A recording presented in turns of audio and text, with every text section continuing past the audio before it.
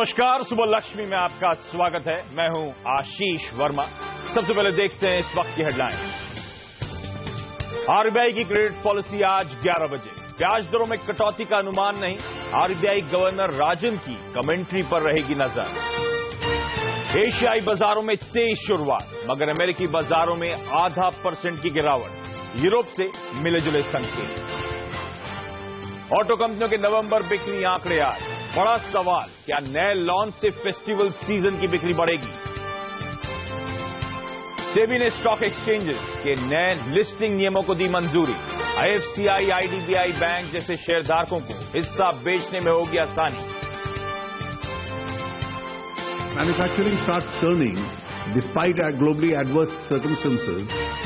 I think that's a very significant figure from our point of view. GDP आंकड़े बाजार के अनुमान के मुताबिक। एग्रीकल्चर और मैन्युफैक्चरिंग में उछाल के चलते जीडीपी ग्रोथ बढ़कर 7.4%। ग्लोबल निवेशकों को भरोसा भारत पर बढ़ा। इमर्जिंग मार्केट्स गुरु मार्क मोबियस के मुताबिक भारत की ग्रोथ रफ्तार 2015-16 में होगी चीन से ज्यादा। प्रकृति की साथ रक्षा करना, और महात्मा गांधी तो उसके सबसे बड़े चैंपियन थे, और इसलिए भारत के लिए ये अपना बहुत ही महत्वपूर्ण योगदान देने का काम है। पीएम मोदी ने पेरिस में क्लाइमेट चेंज पर दिया बयान। समिट के दौरान पाकिस्तानी पीएम नवाज शरीफ से मुलाकात। जापान से भी बातचीत। चलिए सबसे पहले देख लेते हैं भारतीय बाजारों में कल आपको याद होगा हल्के कंसोलिडेशन का दिन था, और ऐसे इंडिकेशंस आज के लिए आ रहे हैं। एसजीएक्स निफ्टी यानी कि जो हमारा निफ्टी सिंगापुर में कामकाज करता है, जो हमें पहले इंडिकेशंस देता है, वो हल्की मजबूती की तरफ इंडिकेशन दे रहा है। 1/4% की बढ़त के साथ वहां पे कामकाज होता हुआ 20 अंक की मजबूती और 8000 के लेवल्स पर इस समय एसजीएक्स निफ्टी पे वहां पे कामकाज। ये फ्यूचर के लेवल्स वहां पे जो ट्रेड हो रहे हैं मजबूती के साथ इंडिकेशंस हैं। इनफैक्ट हमारे सीएनबीसी आवाज के मार्केट एडिटर अनिल सिंघवी का भी मानना है कि भारतीय बाजारों में आज मजबूती के साथ कामकाज देखने को मिलेगा। 7880, 7900 शायद बाजार के लिए एक सपोर्ट रहेगा। वहीं आज के लिए उनका मानना है कि निफ्टी के लक्ष्य 8000 के आसपास के होंगे। ऐसा अनिल सिंघवी का क्यों मानना है, क्यों आज बाजार में मजबूती देखने को मिलेगी, इस पर हम आगे बातचीत करेंगे। लेकिन सिंगापुर निफ्टी जो मजबूती के साथ कामकाज कर रहा है, उसके पीछे वजह है जो ग्लोबल संकेत हमें मिल रहे हैं। यूरोप से मिले जुले जरूर हैं, लेकिन ध्यान रखें जितनी भी यूरोजोन की इकोनॉमीज हैं, जर्मनी, फ्रांस, इनमें बहुत मजबूती के साथ कामकाज हुआ। एशिया में मजबूती अक्रॉस एशिया देखने को मिल रही है। सीधे चलता हूं मैं इस समय डिम्पी कालरा के पास जो हमारे साथ जुड़ चुके हैं। डिम्पी, ग्लोबल क्यूज मिले जुले हैं। अमेरिका में हमने देखा बहुत मिला रेंज बाउंड सेशन था। यूरोप में मजबूती के साथ कहना चाहिए कामकाज था।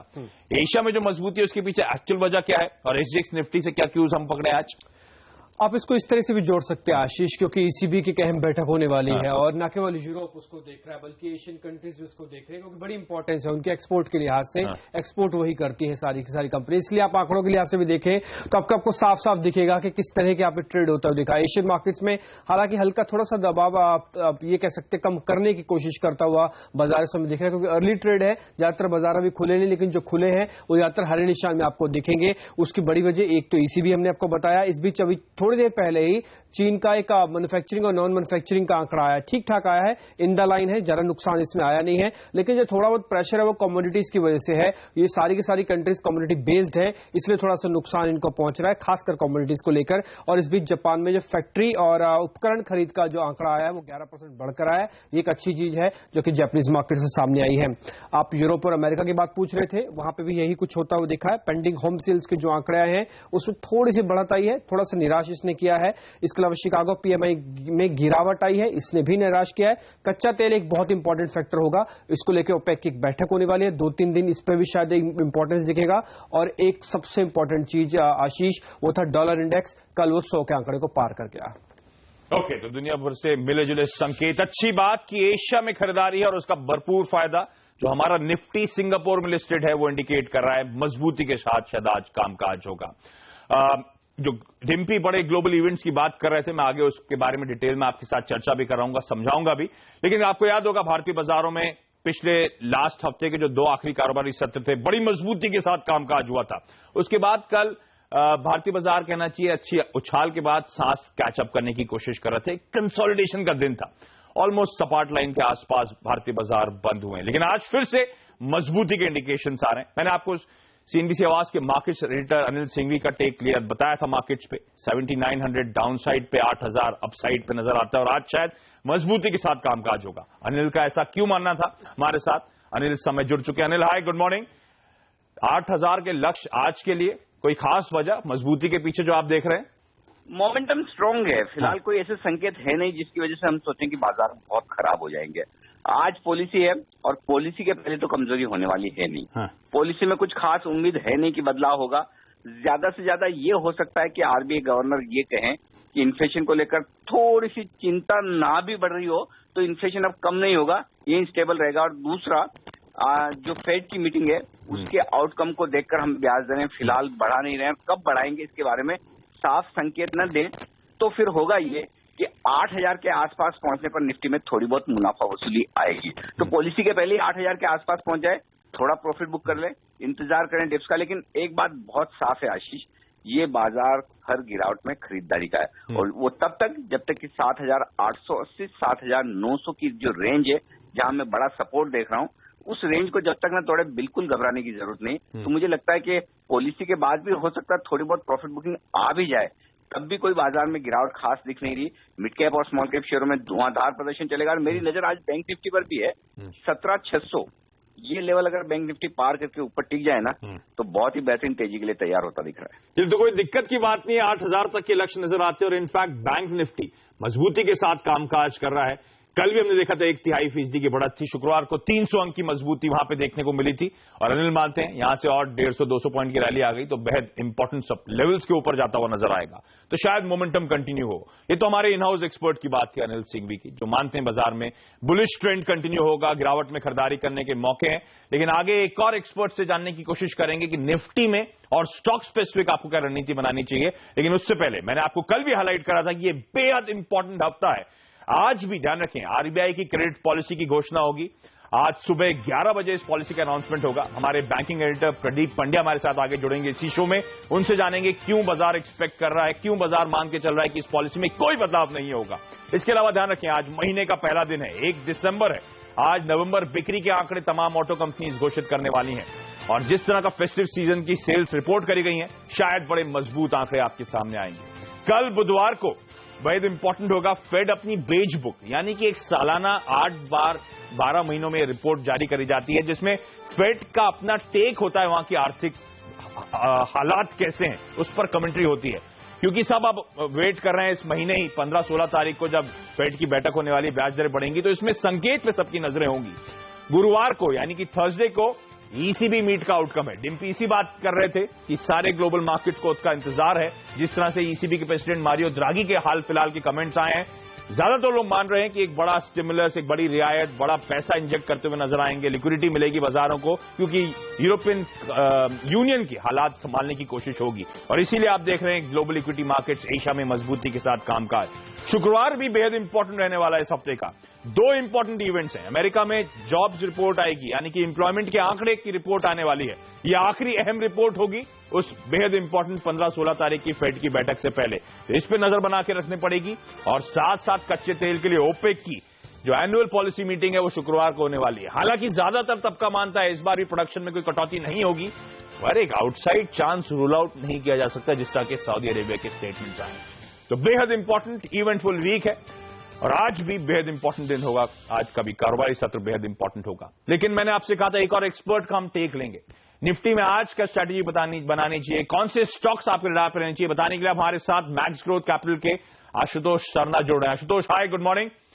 हमारे मार्केट इन हाउस एक्सपर्ट से मानते हैं निफ्टी में खरीदारी करने के मौके हैं, अपसाइड अच्छे नजर आते हैं, क्या आप भी सिमिलर आउटलुक रखते हैं? निफ्टी में रणनीति क्या बनानी चाहिए sir? Very good morning Ashish ji. Definitely अगर चार्ट्स पे नजर डाले तो मुझे लगता है कि पॉजिटिव बाइस के साथ मार्केट ट्रेड करती हुई नजर आ रही है और जब तक 7900 यहाँ पे ब्रेक नहीं करता कुछ घबराने वाली बात नहीं है। मुझे लगता है हर डिप में बाइंग करने की अपॉर्चुनिटी ढूंढनी चाहिए यहाँ पे मार्केट में और डेफिनेटली मुझे लगता है 7890 एक स्टॉप लॉस रह सकता है यहाँ मार्केट का। इस स्टॉप लॉस से बाइंग रखें और ऊपर का टारगेट 7980 और 8020 लगने की उम्मीद है आज के दिन में। तो इंटरेस्टिंग, यहाँ पे आशुतोष का भी मानना है निफ्टी में खरीदारी करके ही चले, almost similar level, similar targets यहाँ पे खरीदारी करने के मौके। आशुतोष, लेकिन आपने निफ्टी की बात करी, कोई स्टॉक स्पेसिफिक ट्रेडिंग स्ट्रैटेजी रणनीति हो आपके पास सर? तो जी, मुझे लगता है निफ्टी से ज्यादा स्टॉक स्पेसिफिक रहना आज ज्यादा जरूरी रहेगा। स्टॉक्स में आज ज्यादा हलचल देखने को मिल सकती है। टीसीएस मुझे लगता है एक अच्छा स्टॉक है जिसमें एक डबल बॉटम बनता हुआ नजर आ रहा है। 2340 के स्टॉप लॉस से अगर इसको बाय करें 2390 तक के टारगेट हमें मिलने की उम्मीद है आज के दिन में। और दूसरा स्टॉक मुझे लगता है टाइटन में प्रॉफिट बुकिंग देखने को मिल रही है यहाँ पे। 386 के स्टॉप लॉस से अगर ये स्टॉक सेल किया जाएगा तो 374 के टारगेट के लिए अप्रोच बन सकती है स्टॉक। ओके, तो यहां पे दो स्टॉक रिकमेंडेशंस आती हुई। पहले तो निफ्टी में खरीदारी करने की सलाह आपकी, स्क्रीन पर लेवल जो आशुतोष सुझा रहे हैं, टीसीएस में खरीदारी और टाइटन में बिकवाली करने के मौके ढूंढे। ये तो आशुतोष सरना की ट्रेडिंग रणनीति थी, लेकिन हमारे पास सिमीभौमिक.com की सिमी भौमिक की भी यहाँ पे ट्रेडिंग स्ट्रैटेजी आ गई है आज के लिए। इन्फोसिस उनका मानना है खरीदारी करके चले। आशुतोष टीसीएस पे दाव लगा रहे हैं, सिमी इन्फोसिस पे दाव लगा रही हैं। खरीदारी करने के मौके ढूंढें। स्टॉप लॉस होगा 1055 का, 1120 के टारगेट्स अगले 2 से 3 कार्रवाई सत्र में आपको देखने को मिलेंगे। साथ साथ जेट एयरवेज, और यहां पे भी सिमी का मानना है खरीदारी करनी चाहिए। 500 रुपए के लेवल्स पर स्टॉप लॉस, 540 से 550 तक के टारगेट्स के लिए अप्रोच करें, और ये ट्रेडिंग रणनीति 1 से 2 कारोबारी सत्र में आप अचीव कर सकते हैं इन लेवल्स को। लेकिन मैंने आपसे कहा था क्रेडिट पॉलिसी पर हम अपने बैंकिंग एक्सपर्ट को सामने लेकर आएंगे। आज आने वाली क्रेडिट पॉलिसी से बाजार के ज्यादातर लोग कोई खास उम्मीद नहीं लगा रहे हैं। हमारे पोल के मुताबिक जो सीएनबीसी आवाज ने इन हाउस कराया था, 100% जो इकोनॉमिस्ट थे, अर्थशास्त्री थे, जो पोल में रिस्पोंडेंट्स थे, उनका मानना था कि ब्याज दरों में आज कोई कटौती, कोई बढ़ोतरी नहीं देखने को मिलेगी। इस पर और बात करने के लिए हमारे बैंकिंग एडिटर प्रदीप पांड्या हमारे साथ जुड़ चुके हैं। प्रदीप, 100%, 100% लोगों का मानना है कि दरें नहीं घटेंगी, इसके पीछे वजह क्या है? देखिए, इस साल 4 बार रेट कट हो चुका है।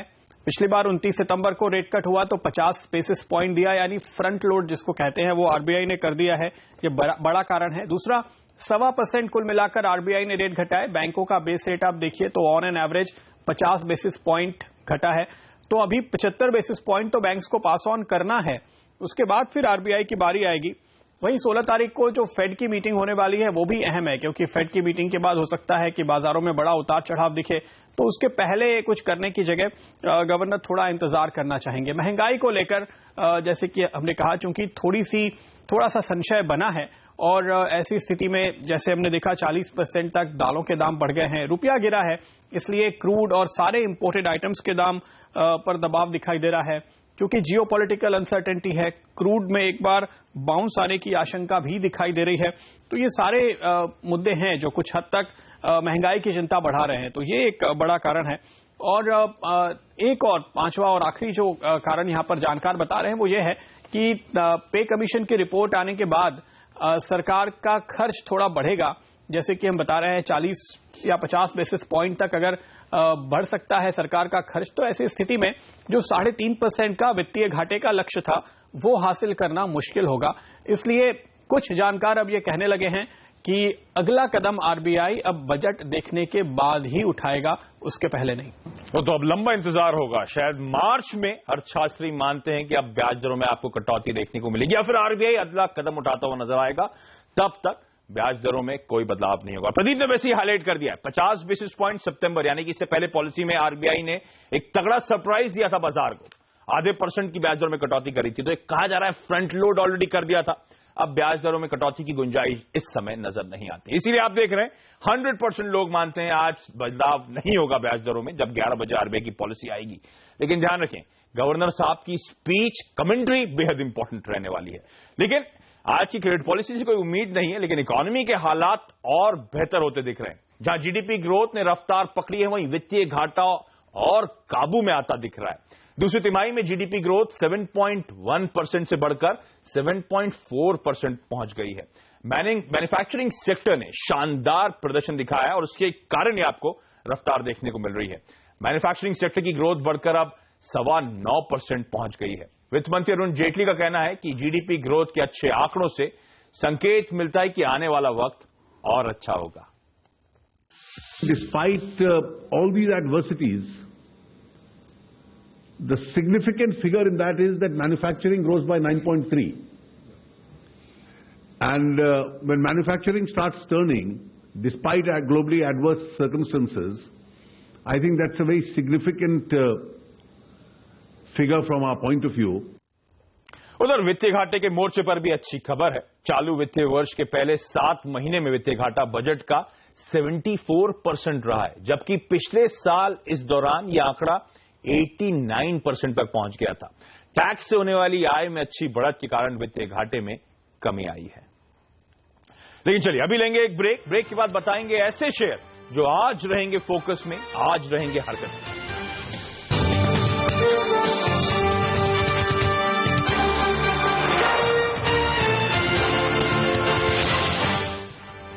ब्रेक के बाद आपका स्वागत है और आज कौन से स्टॉक्स रहेंगे फोकस में खबरों की वजह से बताने के लिए मेरे साथ मेरे सहयोगी डिम्पी कालरा और नियति बोरा जुड़ चुके हैं। गुड मॉर्निंग नियति, पहले आप। सेबी ने कल बहुत अहम फैसला लिया है। कल स्टॉक एक्सचेंजेस बीएसई एनएसई की लिस्टिंग को सेबी ने कल मंजूरी दी है। आईएससीआई और आईडीबीआई बैंक को सबसे ज्यादा फायदा होगा, दोनों की ही 5 से 6% हिस्सेदारी है। इसके अलावा सर्किट फिल्टर्स कुछ कंपनीज के बदलाव हुए हैं इसमें, और एक घटे हैं जिनके घटे हैं वो आपको बता देते हैं। ज्योति स्ट्रक्चर 20 से 10 हो गया है, जीनियस पावर का भी सर्किट 20 से 10 हो चुका है, और साथ ही पार्श्वनाथ डेवलपर्स का सर्किट भी 20 से 10 हुआ है। Oil marketing company IOC, BPCL और एचपीसीएल आपके रडार पे होने चाहिए। पेट्रोल डीजल के दाम कल देर शाम घटा दिए गए हैं। पेट्रोल 58 पैसे और डीजल 25 पैसे प्रति लीटर की कटौती की गई है। पीडीलाइट को लेकर एक अच्छी खबर यह है कि पीडीलाइट की जो लंका डिवीजन है, यानी कि इसकी जो सब्सिडरी है, उसने केमिफिक्स ट्रेड और इसके जुड़े हुए कई प्रोडक्ट्स को खरीद लिया है। इसका फायदा आज इस ट्रेड में देखने को मिल सकता है। टॉरेंट पावर के बैंकर्स के लोन को इक्विटी में बदलने के लिए शेयर धारकों से टॉरेंट पावर ने मंजूरी मांगी है।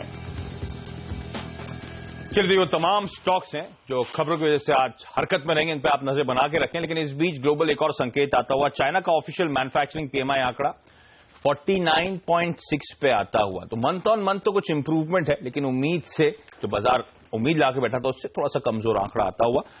शंघाई के इंडेक्सेस आपकी स्क्रीन पर इस समय 1/4% की, जी हाँ, कमजोरी के साथ इस समय वहां पे कामकाज हो रहा है। एसजेक्स निफ्टी अभी भी 1/3% की बढ़त है, लेकिन ध्यान रखें ये आंकड़े इंपॉर्टेंट इसलिए क्योंकि ग्लोबल फ्लोज बड़े इंपॉर्टेंट है। कल भी हमने देखा कैश मार्केट में एफआईज ने 1000 करोड़ रुपए के आसपास की बिकवाली करी है। इनफैक्ट मैं देख रहा था पिछले 15 लगातार कारोबारी सत्रों से एफआईज की बिकवाली हो रही है और कुल मिलाकर अब तक 7,500 करोड़ रुपए इन 15 कारोबारी सत्रों में एफआईज बेच चुके हैं कैश मार्केट में, इंडियन मार्केट में। लेकिन चलिए यहां पे एक बार फिर से एक ब्रेक लेंगे। ब्रेक के बाद खास तौर पे फोकस कमोडिटी मार्केट्स में करेंगे। सोने के लिए बहुत इंपॉर्टेंट हफ्ता है, कच्चे तेल के लिए बहुत इंपॉर्टेंट हफ्ता है, क्योंकि ब्याज दरों की दशा दिशा की पर फोकस होगा और साथ में ओपेक की अब तो बैठक शुक्रवार को ही हमारे सामने खड़ी है। रणनीति क्या बनाए ये जानने की कोशिश।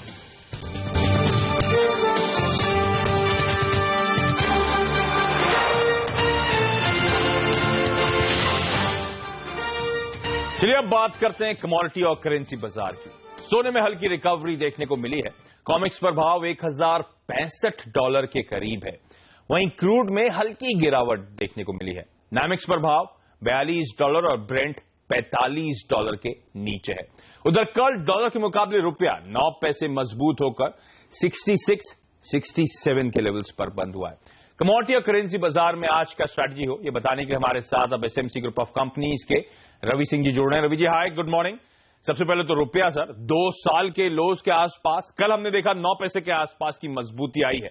क्या ये जो मजबूती कल आई है ये कंटिन्यू हो सकती है, सस्टेन हो सकती है?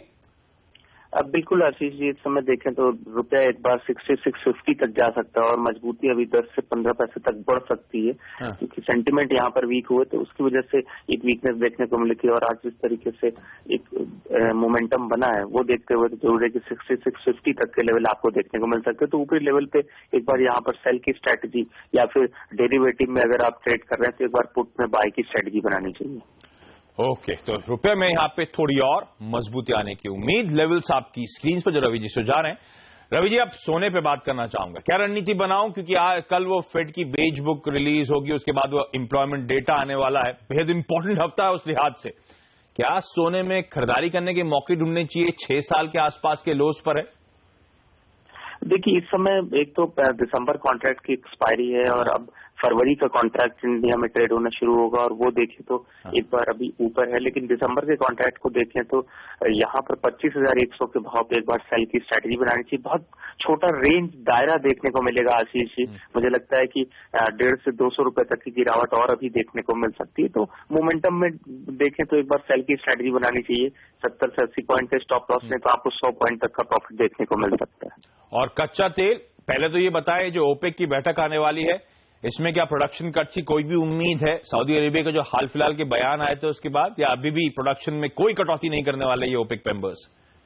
देखिए, ओपेक मेंबर में अगर आप बात करें तो इस समय फंडामेंटली वो कटौती करने की सिचुएशन में नहीं है, क्योंकि उनके बजट पे काफी इम्पैक्ट होगा और इस समय वो सप्लाई ज्यादा करके अपने मार्जिन्स को कवर कर रहे हैं। तो यहाँ पर ओपेक से बहुत ज्यादा उम्मीद नहीं है, लेकिन ये है कि इसको देखते हुए 500 मिलियन बैरल की सप्लाई जो है वो अगले साल तक पर डे बढ़ जाएगी, जिसकी वजह से क्रूड ऑयल अब तेजी में नहीं आ पा रहा है। खासतौर से दिसंबर के मंथ में भी इसमें एक मोमेंटम देखने को मिलता है। तो यहाँ पर अभी और लेवल्स गिर सकते हैं। इंडिया में देखें तो एक बार 2720 यानी 2720 तक के लेवल देखने को मिल सकते हैं। तो ऊपरी लेवल्स पे यहाँ पे भी एक सेल की स्ट्रेटजी बनानी चाहिए। ओके, तो रुपया आज मजबूती के साथ शायद कामकाज करे, सोने में बिकवाली करने के मौके ढूंढने और कच्चे तेल में भी किसी भी उछाल में सेल की रिकमेंडेशन होगी। रवि जी बहुत बहुत धन्यवाद सीएनबीसी आवाज के लिए आज सुबह वक्त निकालने के लिए।